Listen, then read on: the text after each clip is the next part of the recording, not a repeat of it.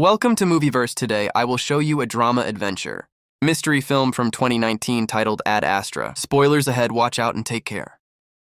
In the near future, where people have populated the moon as well as Mars, a 52-year-old astronaut Major Roy McBride takes a psych evaluation and makes his way to a space antenna. Climbing down a ladder, he is high above Earth in a spacesuit. Suddenly, everything starts crashing down and a mechanical arm detaches. After some bling-bling swoosh, he jumps down to the power lever and deactivates it as he falls towards Earth. Luckily, he is equipped with superhuman calmness and a parachute. He avoids losing consciousness like everyone else who falls beside him. He even survives someone slamming their body through his flight umbrella. Ah yes, a true stoic. Maybe it's the fact he has no one to disappoint. Back at his place, he hears the news reporting electrical storms all over the Earth. Roy attends a meeting with Spacecom. Impressed with his resume, they ask him if the rumor is true that he never had a pulse over 80 during any of his spacewalks. Surprisingly, even during the entire time of the crash. When they ask him if he ever was married or had children, he replies that he did not want to subject others to his dangerous life. Secret information about the origin of electrical storms is passed on. Neptune releases cosmic ray bursts of high-energy particles. It is emphasized that the uncontrolled chain reaction releasing antimatter could possibly destroy all life. It is believed that his father, Clifford McBride, a pioneer space traveler, is still alive near Neptune. The Lima project crew left when Roy was 16 and lost contact 20 years ago. At the news that his father may still be alive, Roy's mind seems to race, and it's the first time he's shown signs of distress.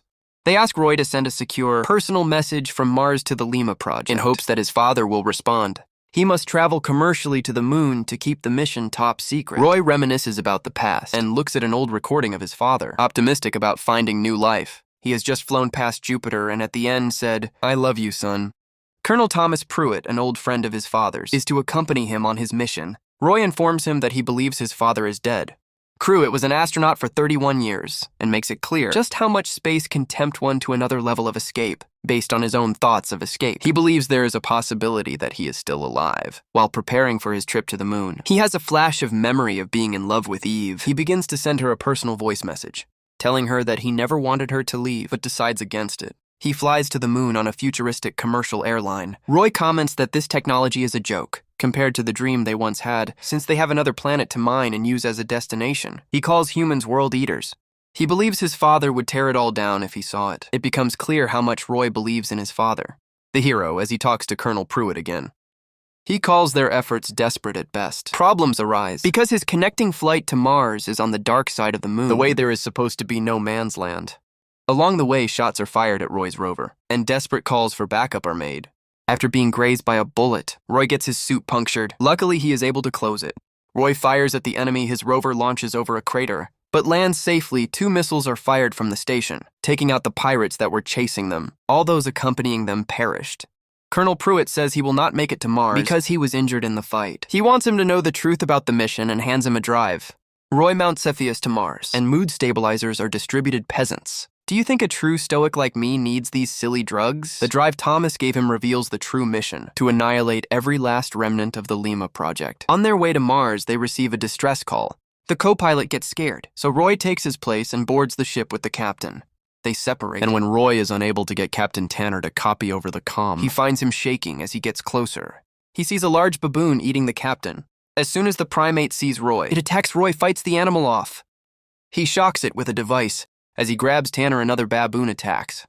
He closes the hatch door and releases the pressure. In the room with the baboons, Roy seals the helmet with duct tape and returns with the former captain. The co-pilot must now be captain, and Roy takes the co-pilot seat. On landing, the angle of the rocket gets off course. Since it has to be corrected manually, Roy needs permission from the chief pilot. He repeatedly asks for his command, but he is frozen with fear and unable to respond. When there is no more time to hesitate, Roy takes matters into his own hands. He stabilizes the airship with calm concentration.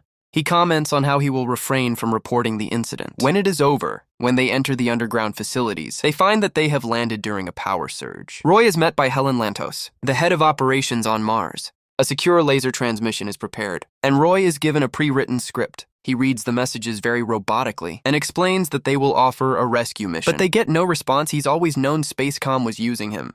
But what choice does he have?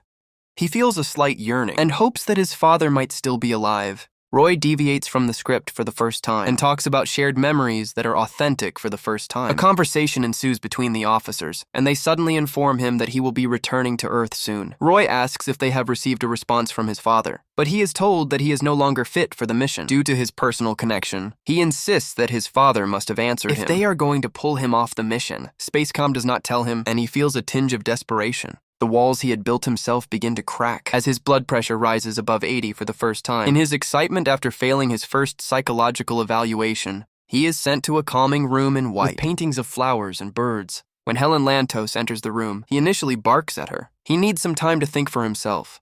Then she asks Roy if he knows that there are nuclear munitions aboard the Cephas, which would soon be leaving on a search and destroy mission to Neptune.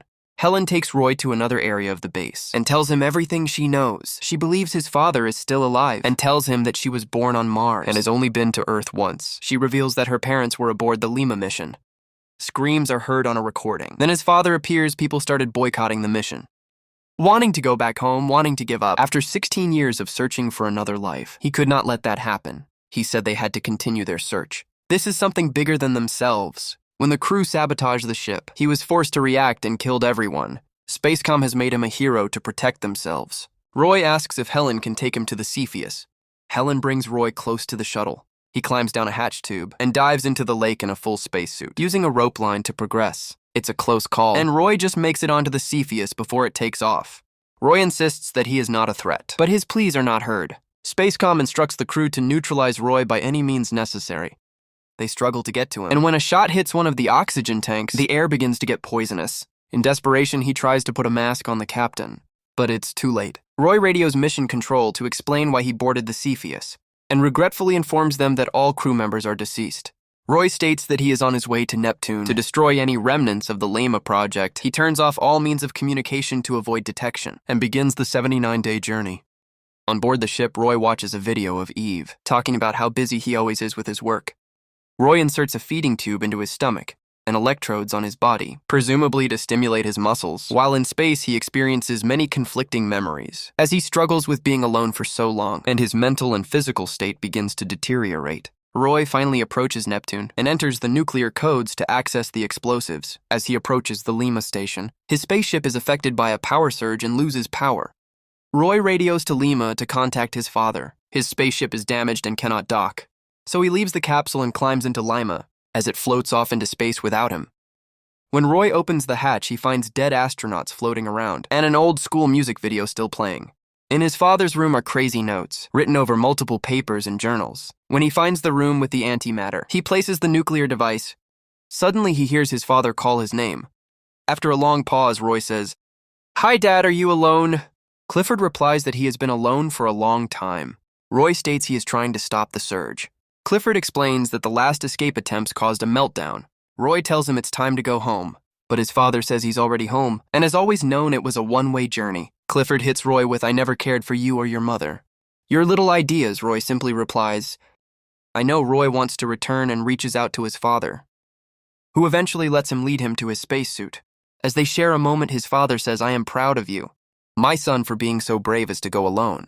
If they had had more men like him, they could have gone on and found what they were looking for. His crew checked the data and found no other life out there, so they gave up fully suited up.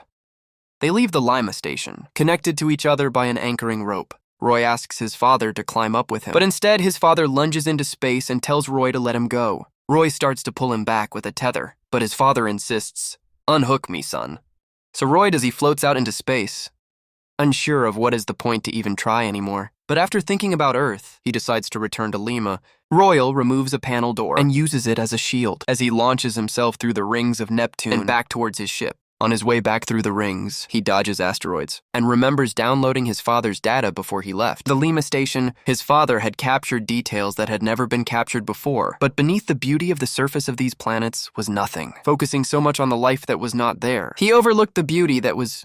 Using the trusty suit thrusters, he makes it back to the Cepheus, landing roughly but managing to get hold of an exterior handle. Roy radios back to command that he made it to Lima and will detonate the device to eliminate the surges. He will try to return using the explosion as his propellant. If he does not survive, they should go to great lengths to recover the remains and the data collected over all these years. The Cepheus shakes as it is shot forward with tremendous speed.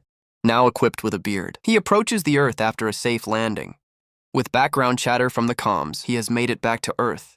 Soldiers rush to retrieve him, and with his legs wobbly, he is supported by several men. Roy records a psych evaluation. After a recovery period, he meets his ex-wife, Eve.